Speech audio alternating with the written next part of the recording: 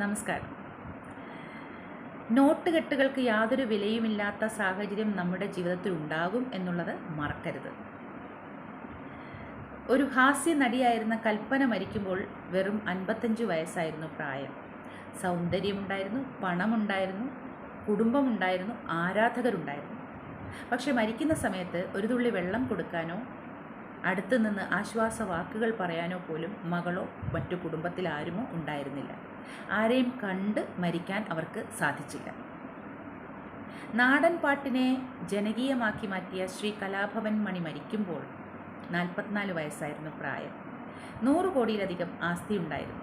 പക്ഷേ ഈ 100 കോടിയിൽ 1 രൂപ കൊണ്ടുപോലും തൻ്റെ ശരീരത്തിനുള്ളിലിരിക്കുന്ന ദ്രവിക്കുന്ന കരളിനെ കണ്ടെത്താനോ അതിന് എന്തെങ്കിലും ചെയ്യാനോ അദ്ദേഹത്തിനെ കൊണ്ട് ആയില്ല.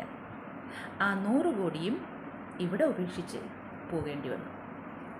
തമിഴ്നാടിൻ്റെ മുൻ മുഖ്യമന്ത്രിയായിരുന്ന ജയലളിത മരിക്കുമ്പോൾ 10,000 കോടിയുടെ ആസ്തിയുണ്ടായിരുന്നു. പക്ഷെ 2 മാസം ICUവിൽ കിടക്കുമ്പോൾ അവരുടെ ശരീരത്തിൽ ജീവൻ ഉണ്ടായിരുന്നോ ഇല്ലയോ എന്ന് പോലും നമുക്ക് ഉറപ്പില്ല.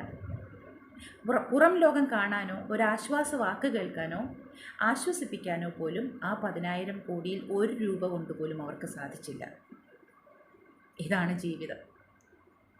മരണമെന്ന് പറയുന്നത് ഒരു വില്ലനാണ്. ഏത് നിമിഷവും അത് നമുക്ക് അടുത്തെത്തും. അവിടെ ആരോടും സഹതാപമില്ല. മരണത്തിന് വിളിക്കുന്ന സമയത്ത് പോയേ പറ്റൂ. അപ്പോൾ പിന്നെ അവിടെ 1 ദിവസം തരൂ, 1 മണിക്കൂർ തരൂ, 1 മിനിറ്റ് തരൂ, 1 നിമിഷം തരൂ എന്ന് പറഞ്ഞാൽ പോലും നടക്കില്ല.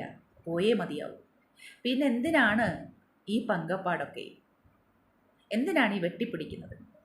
എന്തിനാണ് മറ്റൊരാളിനെ ചതിച്ചും പറ്റിച്ചും പണമുണ്ടാക്കാൻ ശ്രമിക്കുന്നത്?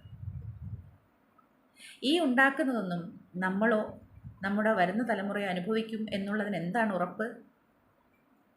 ജീവിച്ചിരിക്കുമ്പോൾ ഒരു പൂവിൻ്റെ ഇതൾ കൊണ്ടുപോലും സ്നേഹിക്കാൻ കഴിയാത്ത നമ്മളാണ് ഒരാൾ മരിച്ചു കഴിയുമ്പോൾ അയാളുടെ തല മുതൽ പാദം വരെ പുഷ്പാഭിഷേകം നടത്തി സന്തോഷിക്കുന്നതോ സങ്കടപ്പെടുന്നതോ ഒക്കെ. ആരെ ബോധ്യപ്പെടുത്താനാണ്? മരിച്ച ആളിനെ ബോധ്യപ്പെടുത്താനും. അദ്ദേഹം ഇതൊന്നും കാണുകയോ കേൾക്കുകയോ ചെയ്യുന്നില്ല.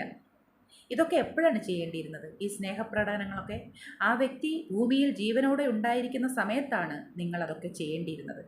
അന്ന് നിങ്ങൾക്ക് സമയമില്ലായിരുന്നു. അല്ലെങ്കിൽ നിങ്ങളുടെ മനസ്സ് മുഴുക്കയും കലുഷിതമായിരുന്നു. വിദ്വേഷം കൊണ്ടോ വിവരമില്ലായ്മ കൊണ്ടോ. പണമുണ്ടാക്കാൻ ധാരാളം മാർഗങ്ങളുണ്ട്. പക്ഷേ കർമ്മഫലം എന്ന് പറയുന്നത് ഒരു ബൂമറാങ് പോലെയാണ്. ചെയ്യുന്നത് എന്താണോ അത് തിരിച്ച് നിങ്ങളിലേക്ക് എത്തും.